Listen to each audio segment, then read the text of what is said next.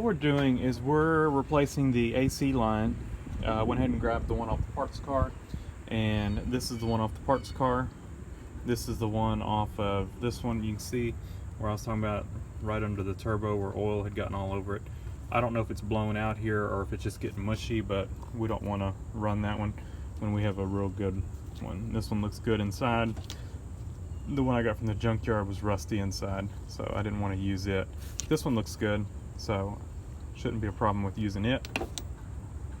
While I had the intake air cleaner assembly off, I wanted to go ahead and do that because it's kind of hard to get in there to it.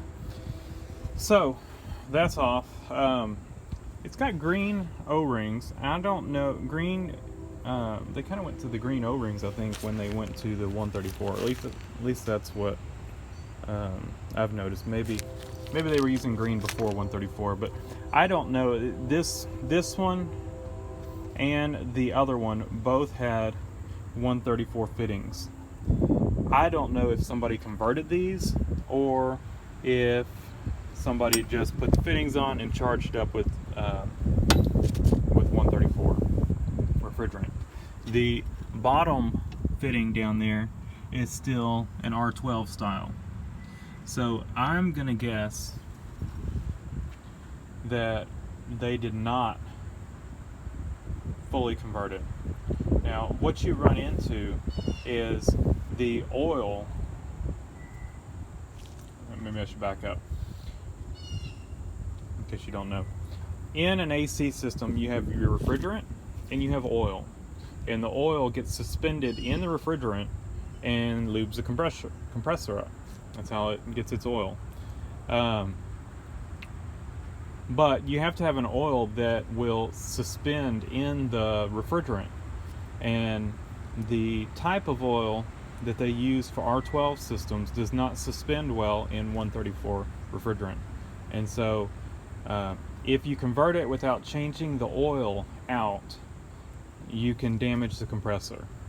So what I don't know is what type of oil it has in it right now. And so, and the oils aren't compatible, you don't want to mix them. So I have to assume, I could flush the system completely out, but you're not going to get it all out, not without pulling the compressor, draining it, and all that kind of stuff, and I'm not going to do that. So what I'm going to have to assume is what they did. So seeing these green O-rings makes me think that they swapped them out. Maybe they were leaking and they just put new O-rings on it. I don't know.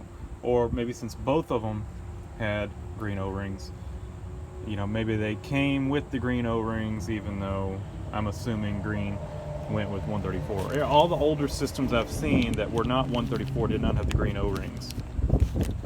So I don't know. I've got see that even, well, it says R12 and R134.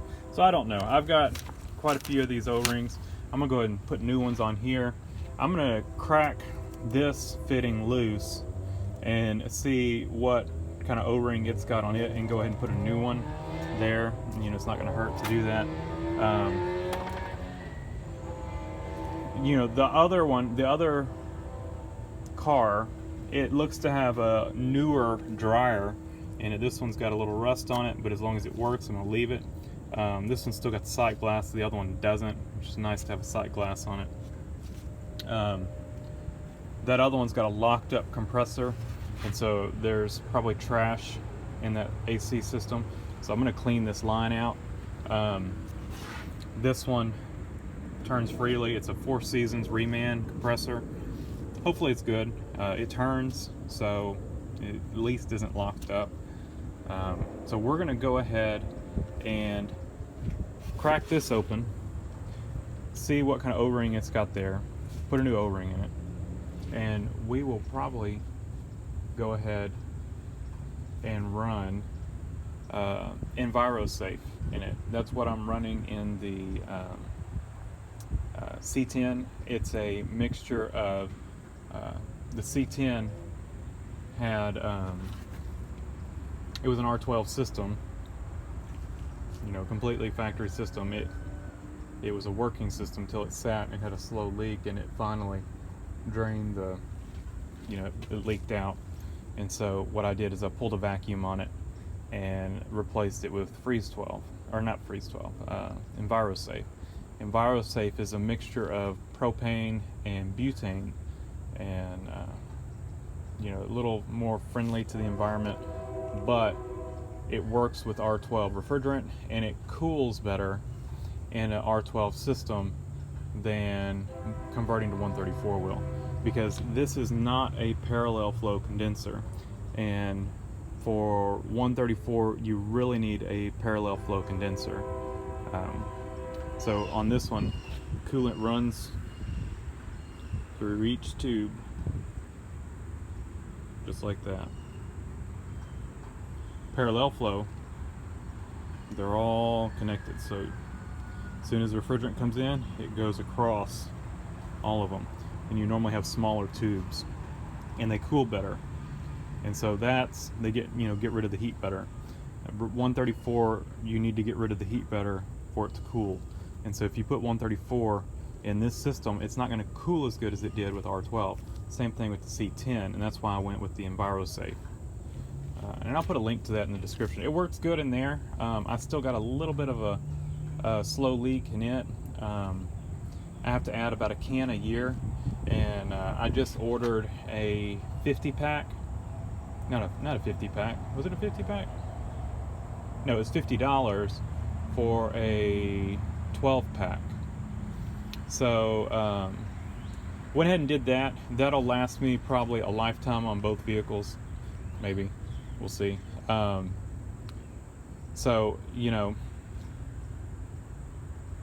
it's like a little over $4 a can, so it's not much more than 134, and well, it's cheaper than 134 depending on where you get it. So I bought the 12 pack because it was the best deal, and I knew I would eventually use it. Like I said, I'm adding about a can a year to the C10 just to keep it topped off. I think the compressor is a little oily on it, and so I think it's the actual compressor leaking. I've checked with my, I've got it's a combustible gas leak detector. It's made for testing propane and natural gas, stuff like that. I'm using it as a refrigerant tester, and so I can go along and test, and I can't detect where it's leaking, but the compressor's oily, so I think it's leaking on the compressor. Anyway, so let me crack this fitting open. We'll go ahead and change this O-ring out. We're going to put 2 new ones on there, flush this line out, and go ahead and put that new line on. Alright, so we've got a black O-ring here. So I don't think that they converted this thing. I think they just put a 134 fitting on there and put 134 oil in. These were probably leaking at some point, so they replaced those O-rings. But if they took it to a shop and asked them to convert it to 134, they should have replaced all the O-rings, flushed the system, put good oil in it, 134 oil in it, and because these O-rings will not hold up to 134 refrigerant. You need these green ones. So that was not done, so I'm going to assume that it's still got the R12 oil in it.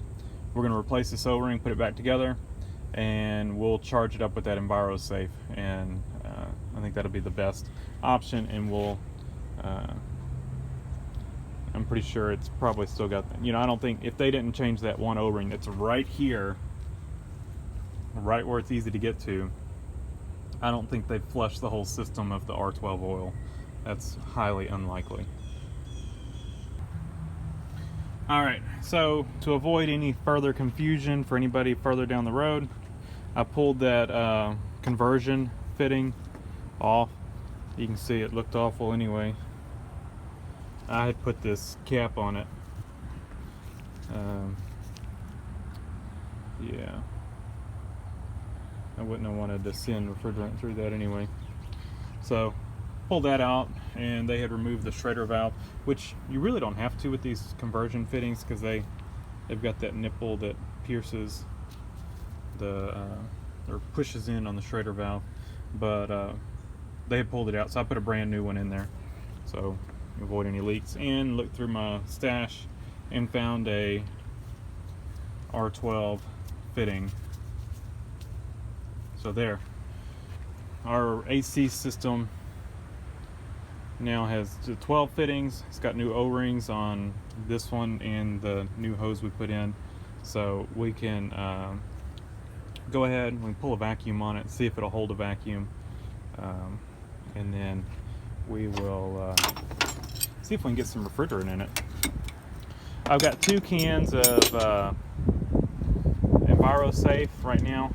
I don't think that's enough to charge this system, so I don't know if I'll go ahead and put that in it or if I'll wait and do it another day. So we'll see, and then hopefully we'll have some cold AC.